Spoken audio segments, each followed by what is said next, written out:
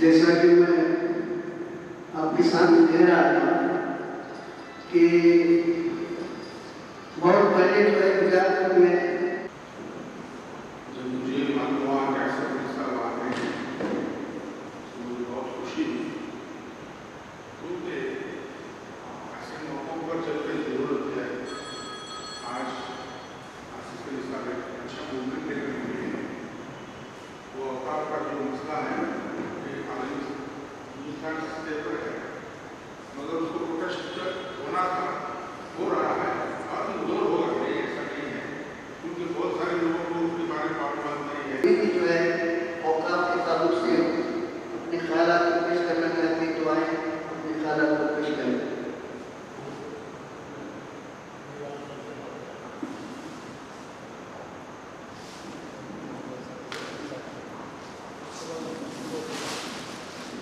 मेहमान खुशी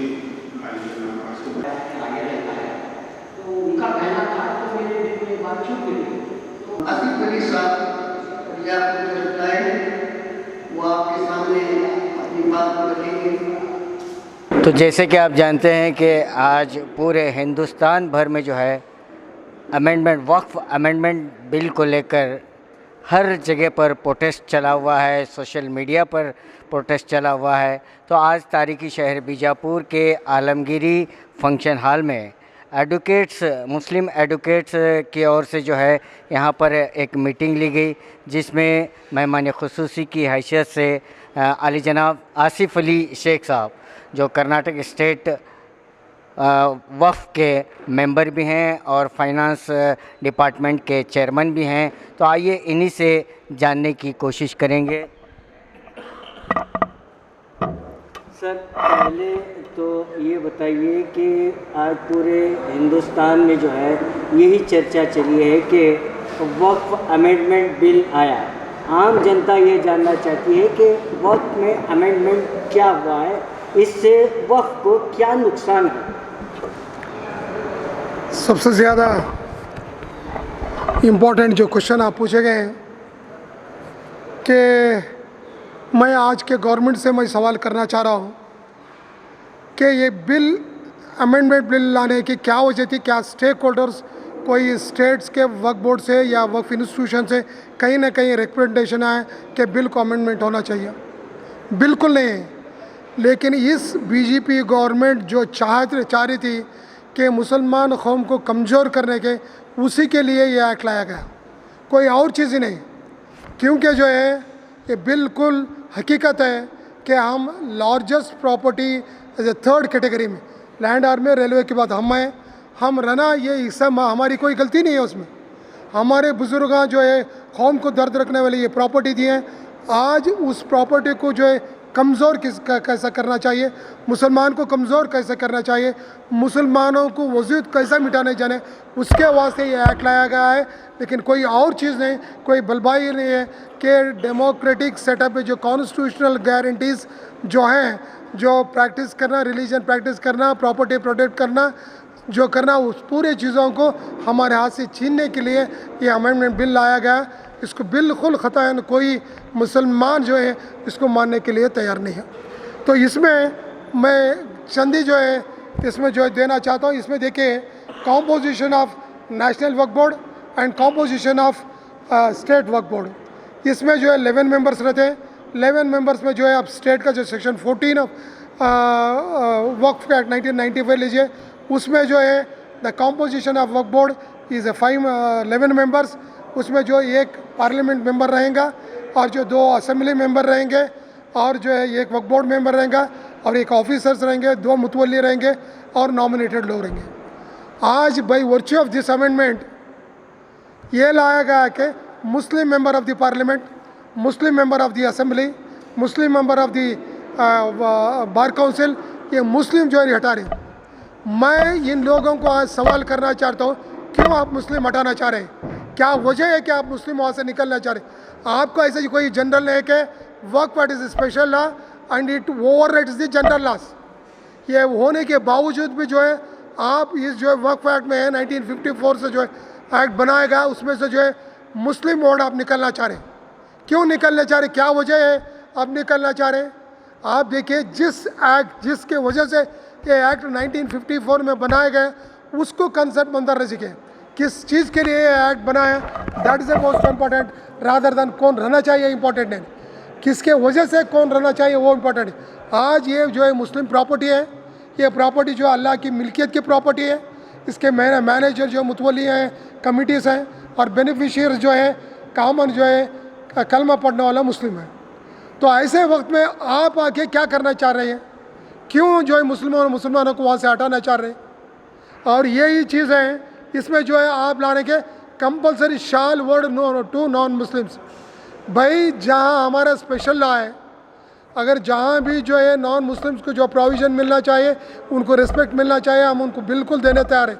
लेकिन इसका ये मनसब नहीं कि हमारे वक्फ एक्ट में आप जो है मुसलमानों को हटाकर दूसरों के हाथ में देना चाह रहे हैं, ये बिल्कुल ख़ताएन हिंदुस्तान के मुसलमान को ये मानेंगे नहीं और कोई इसके लिए भी आपको जो है हमदर्दी से देखेंगे भी नहीं। तो ये अगर बिल पास हो गया, ये अमेंडमेंट एक्ट अगर लागू होता है तो वक्फ के जो अधिकार हैं वो नहीं रहेंगे या सरकार के जिम्मे होंगे? ये देखिए बिल्कुल ये जो है अधिकार जो है, ये अधिकार जो हक की बात है।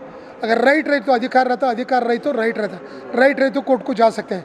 ऐसे वक्त में क्या है बोले तो यहाँ पे जो है अगर कोई प्रॉपर्टी अगर डिस्प्यूट में है, कोई हमारी प्रॉपर्टी वक्त भी या नहीं बोले तो हमारे पास आज की मौजूदा कानून में 1995 में क्या है ट्रिब्यूनल को जाना चाहिए, ट्रिब्यूनल में जो है डिसाइड करना चाहिए। ट्रिब्यूनल इस स्पेशल प्रोविज़न है, लंबा खींचने के नहीं जाना, वो जो है tribunal order is A final बोल के था। आज उन्होंने क्या कर रहे हैं, the tribunal order is A final बोलने का उन्होंने निकाल रहे हैं, that is omitted, shall omitted बोल रहे हैं। और दूसरी बात यह लाना जाए कि अगर कोई डिस्प्यूट आए तो उसको डिप्टी कमिश्नर को रेफ़र करना है। आप देखिए इसमें जो है प्रोपोजिशन एक्ट में म्यूनसिपैलिटी मेंबर्स को, ग्राम पंचायती मेंबर्स को भी आप मुसलमान को लेना चाह रहे हैं, पार्लियामेंट मेंबर को आप गैर को लेना चाह रहे हैं, और ये जो है मुसलमान मेंबर जो है ग्राम पंचायती को होना चाहिए। ग्राम पंचायती का मेंबर इसमें जो है काम पे जो है दिल्ली में और जो है इसमें जो है बेंगलुरु में बैठ के काम चला, बिल्कुल उनको हक है, उन्हें कर सकते हैं ग्राम पंचायत मेंबर। इसका ये मतलब नहीं कि हमारा स्ट्रक्चर ही जो है आप उजाड़ कर रख देंगे, इसका हम ख़तः नहीं मांगे। और प्रॉपर्टी के मामले जो है 2024 बिल आने के बाद every waqf registered under this act prior to the commencement of waqf 2024 shall file the details of waqf and property dedicated to the waqf on the portal and database within the period of 6 months। आप बोलिए कि हम बीजापुर में अलमगार में या मस्जिद में बैठे हैं या हॉल में बैठे हैं या मकबरा भी है, इसकी प्रॉपर्टीज़ का पूरा हिस्ट्री कितना चौड़ा है, कितना लंबा है, कौन दिए, कब दिए, कैसा दिए, कौन था, कौन लिया, उसका क्या गवर्नमेंट रिकॉर्ड है, बिल्कुल 6 महीने के अंदर दे, बोले हज़ारों साल की हिस्ट्री क्या 6 महीने में कोई दे सकता है? तो नहीं दिया तो क्या बोलते तुम्हें, ये प्रॉपर्टी गवर्नमेंट पर थी। तो तुम्हारा मकसद ये है कि 6 महीने में दो बोलने का कि प्रॉपर्टी छीन कर आप अपने आप को गवर्नमेंट में रखना चाह रहे हैं और वो मुसलमानों के हाथ से छीनना चाह रहे हैं। सोची समझी साजिश है। बिल्कुल बिल्कुल बिल्कुल है, ये साजिश के वजह से जो है हमारे को कमज़ोर करने चाह रहे हैं। मैं दूसरी बात बोल नहीं सकता क्योंकि बहुत सी चीज़ें ऐसे ले गए जहाँ सोसाइटी नहीं मान सकती। ये डेमोक्रेटिक सेटअप में, ये सेकुलर कंट्री में जो कौम जिस तरह उन्होंने चाह रहे, क्योंकि वो गवर्नमेंट बाई पर्सनल ला, आज भी हम वो गवर्नमेंट बाई पर्सनल ला, शरीयत ला है हमारे पास है। तो ऐसे वक्त में भी जो है हमारे लॉ में जो है आप इंटरफियर होके आप कमेंट करना चाहते हैं, इसको हम बिल्कुल नहीं मानेंगे। हम कोई आदमी भी हिंदुस्तान का नहीं मानेंगे। सर आपने कहा कि 13 सितंबर तक जो है ऑब्जेक्शन फाइल करने का जो एक मौका दिया गया है, तो आपकी नॉलेज में एज ऑन टुडे कितने ऑब्जेक्शन फाइल हो चुके हैं? देखिए मैं चित्रदुर्गा का कल परसों जो है बात कर रहा था, वहाँ पे 45 लाख जो है पहुँचे। मेरे ख्याल से आज 2 दिन में ये 48 आवर्स में मेरे ख्याल से अभी 10 लाख ज़्यादा होंगे। इतनी तेज़ रफ्तार से जो है बातें फैल रही, इतने जो कॉशियस हुए मुसलमान उठ के बैठे। आप इसका एक ही छोटी एग्जांपल बोलता हूँ कि आज ये जो है पाटना में बना हुआ एग्जांपल है, ये इदारे ये शरिया सुल्तानगंज पाटना से जो है कर्नाटक में कोने में रहने वाले तक जो है ये पहुँच रही कि इसमें जो है 1995 में याद क्या था और क्या बदलाव लाना चाह रहे, क्या वजह है बोल के हिंदी में था।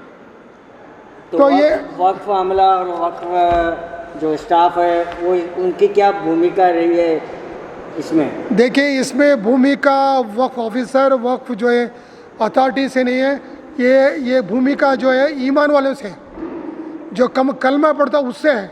कोई पावर से, कोई सीट से, कोई प्रोविजन से, नौकरी से नहीं है। ये गवर्नमेंट से ये जो है, जो कलमा पढ़ता है उसके लिए जिम्मेदारी है कि उसके हक को बचाना चाहिए, अल्लाह के प्रॉपर्टी को बचाना चाहिए।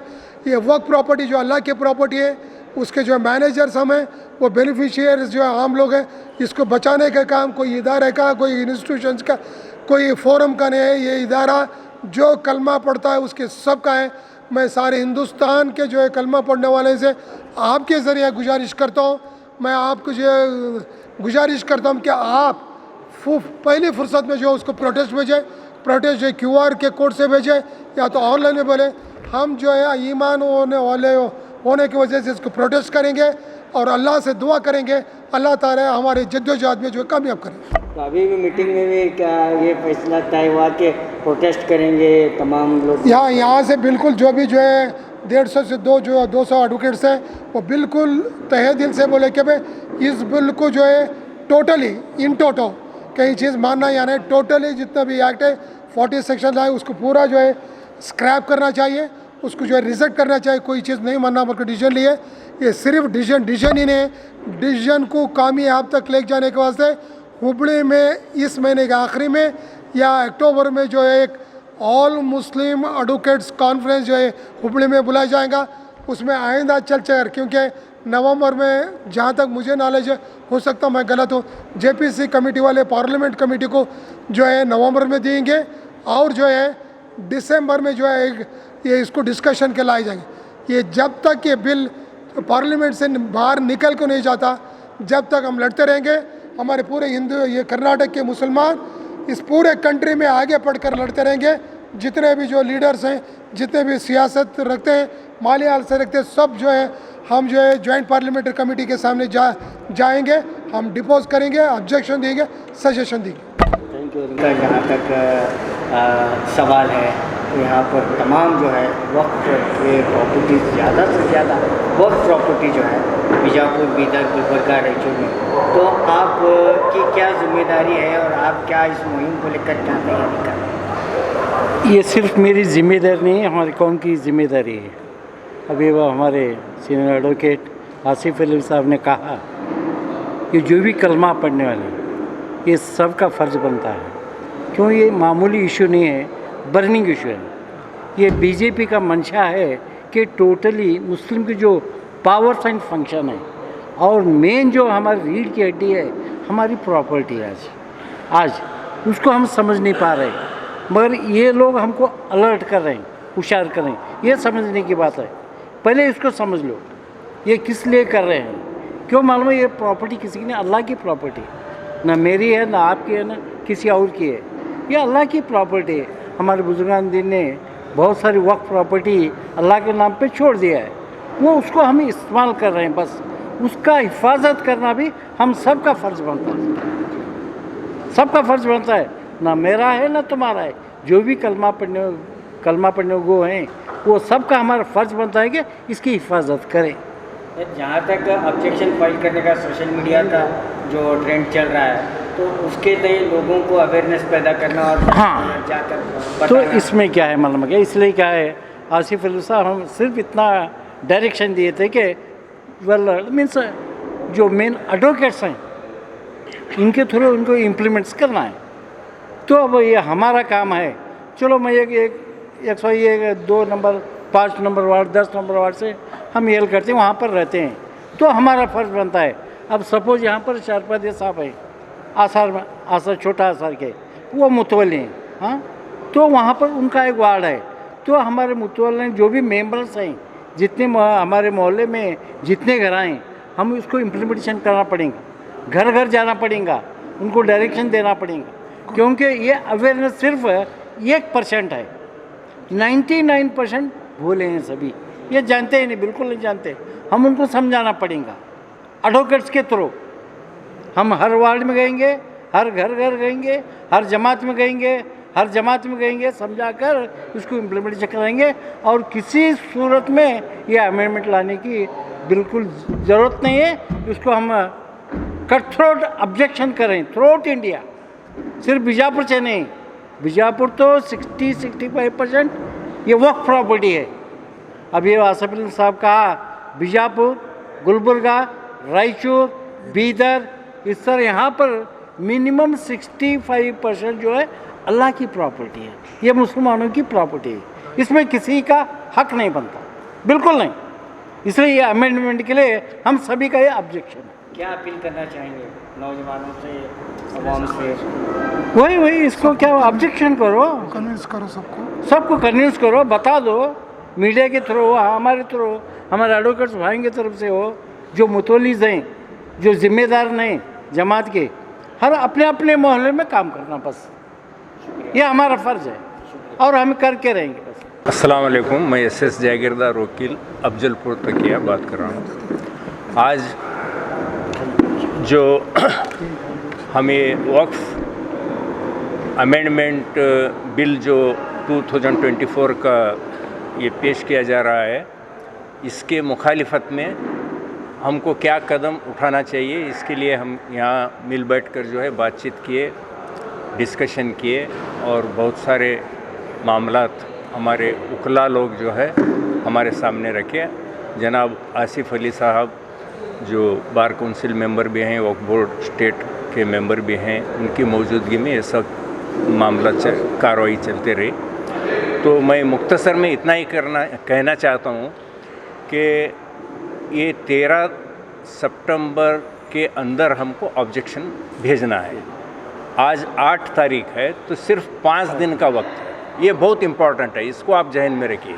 ये हम लीजरली करेंगे, आराम से करेंगे, देखेंगे, ऐसा नहीं है। और जितने ज़्यादा ऑब्जेक्शंस जाते हैं वो काउंट होता है, वो बिल रिजेक्ट होने में, ये बहुत इम्पॉर्टेंट है।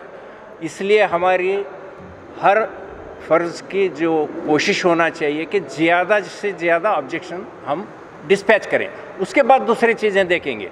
जैसा कि आसिफ अली साहब बताए कि वक्त पर कन्वेंशन करेंगे, फिर दूसरे डिस्कशन करेंगे और क्या कदम उठाना है, वो बिल पूरा आउट हो जाने तक उसको फॉलो करेंगे, वो अगला स्टेप है।